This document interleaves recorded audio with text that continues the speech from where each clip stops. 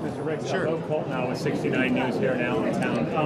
I know right now the deal with the land is under contract. Do you have any timetable of when that will close, when construction would start, and is there anything that would not make this deal go through? I'm taking probably not with the announcements today. Yeah, we are fully committed. We're fully committed to proceed here.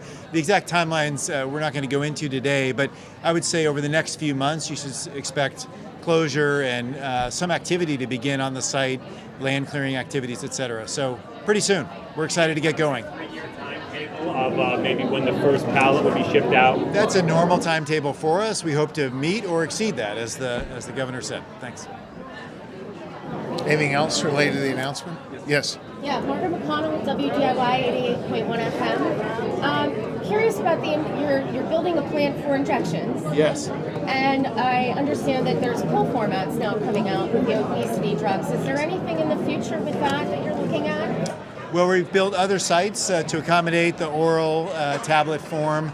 The medicines here, the first one will be the best-selling medicine in the world, which is Zepbound, broadly used, and then the follow-on product, which is an even more effective version of this kind of medication called retatrutide. That's what's scheduled here, injectable medicines. We don't often commingle those processes for technical reasons, so this will be focused on injectables, but those will be a backbone of therapy for years to come, and we expect this plant to be extremely busy.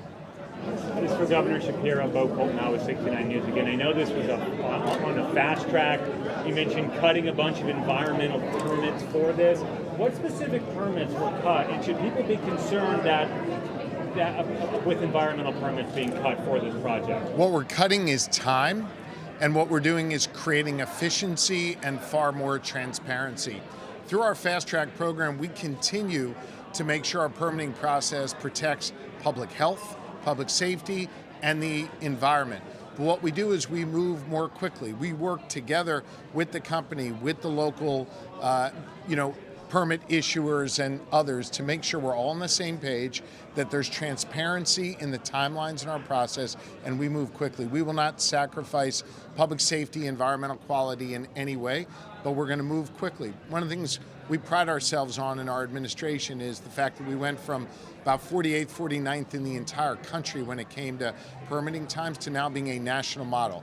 It is possible to protect public health, public safety, and the environment and move quickly, and we're proving that in Pennsylvania, and Lilly will be another example of that process moving quickly for us. Zach Silverstein in your works. Pennsylvania is the envy of 49 other states today, and you've had the advantage of seeing 300 proposals. What advice would you give the governors around the country, other states that need to attract investment right now in general? Well, I think there's three things that stand out, and I mentioned them in the comments. The first is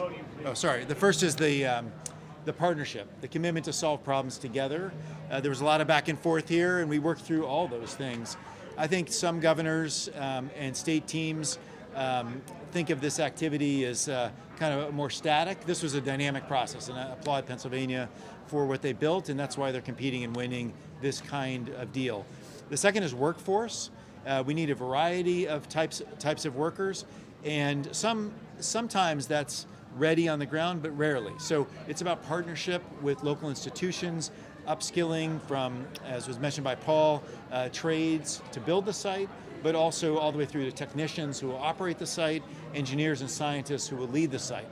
So that's important. And then finally is speed. The currency of business, or at least for us, is about time. We run a business that every product we make will go off patent and become worth zero. So every day we delay is the real cost to us. So things like the permitting reform, ability to move fast in constructing a site readiness from day one, those are critical elements. That's why we're here in Lehigh Valley. Anything else? Realtitude, I don't believe that's been approved by the FDA yet. Is there a Not yet. schedule for where that's going to happen? Would it be more prudent to wait till that's approved when we build this facility? Well, we expect the final trials to finish by mid-year. We'll then submit before the end of the year to the FDA, and we hope to be approved next year. That's a pretty compressed timeline to build a manufacturing site. As I mentioned earlier, it could be about 3 years. So we can't go fast enough to meet that demand. And our business is about taking risk. We're taking a risk for sure, but also we'll make tirzepatide or Zepbound in the site, so we know it'll be busy with that as well. Thank you. else on this stuff? Lastly, Governor, you mentioned that Eli Lilly had done a proposal, or you guys tried to get Eli Lilly to come about 6 months ago to the state. Was that here in the Lehigh Valley? And if so, what's changed? What changed in 6 months with this project that didn't work out 6 months ago? Well, look, I'll just say, yes, it was in the Lehigh Valley. I meant what I said, the fact that this is a company under the leadership of Dave Ricks where they could place this facility anywhere in the globe, and yet they made a commitment to investing in the United States of America through these 4 sites.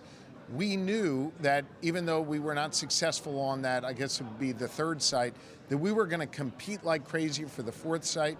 I think Lilly had a sense of how serious we were. We understood their needs, and we were able to continue to work together to find the common ground and to find the opportunity that would allow Lilly to be successful and allow us to have a great opportunity here in the Valley. So we all stayed at the table, we worked on it together, and we got it done. I'm sorry, but give us 1 second. We've got one more right here. Why is your administration also investing in LHXC as part of this package? I'm sorry, In the community college, why are you also investing in Again, Dave Ricks spoke about the critical importance of workforce. The workforce that's going to help build this state-of-the-art facility, and the workforce nearly 1,000 strong that will be working inside the facility. And I think for us, we're proud of our workers in Pennsylvania, and we're proud that we have places like the community college where we can create a unique curriculum for them to train the workers of tomorrow in Lilly's facility. That's great for Lilly, it's great for Pennsylvania workers, it's great for the community college, it's great for Parkland School District and others who are going to end up being feeders into these high-paying, wonderful jobs. It all works together. We could build a beautiful facility, but have no one to work in it, and that's a problem. So we're committed to making sure we get workforce right, and the community college is a huge piece of that. All right, I want to thank you all. I know Dave needs to run. I'll stick around if there's anything else you want to ask me, but thank you very much. Appreciate it. Thank you. Anything else? Can you specify, Governor, what project got the approval 6 months ago that we missed out on? I think that's more of a question for them. Anything else?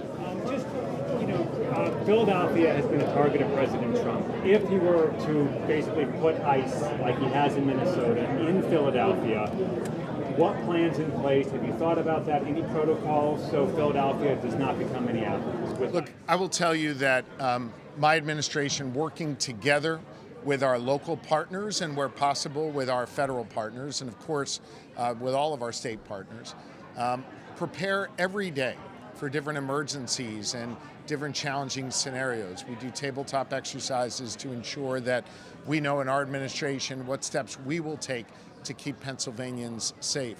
While I'm not going to get into the specific steps we've taken or the things that we've drilled for and practiced for, I can tell you that we're prepared.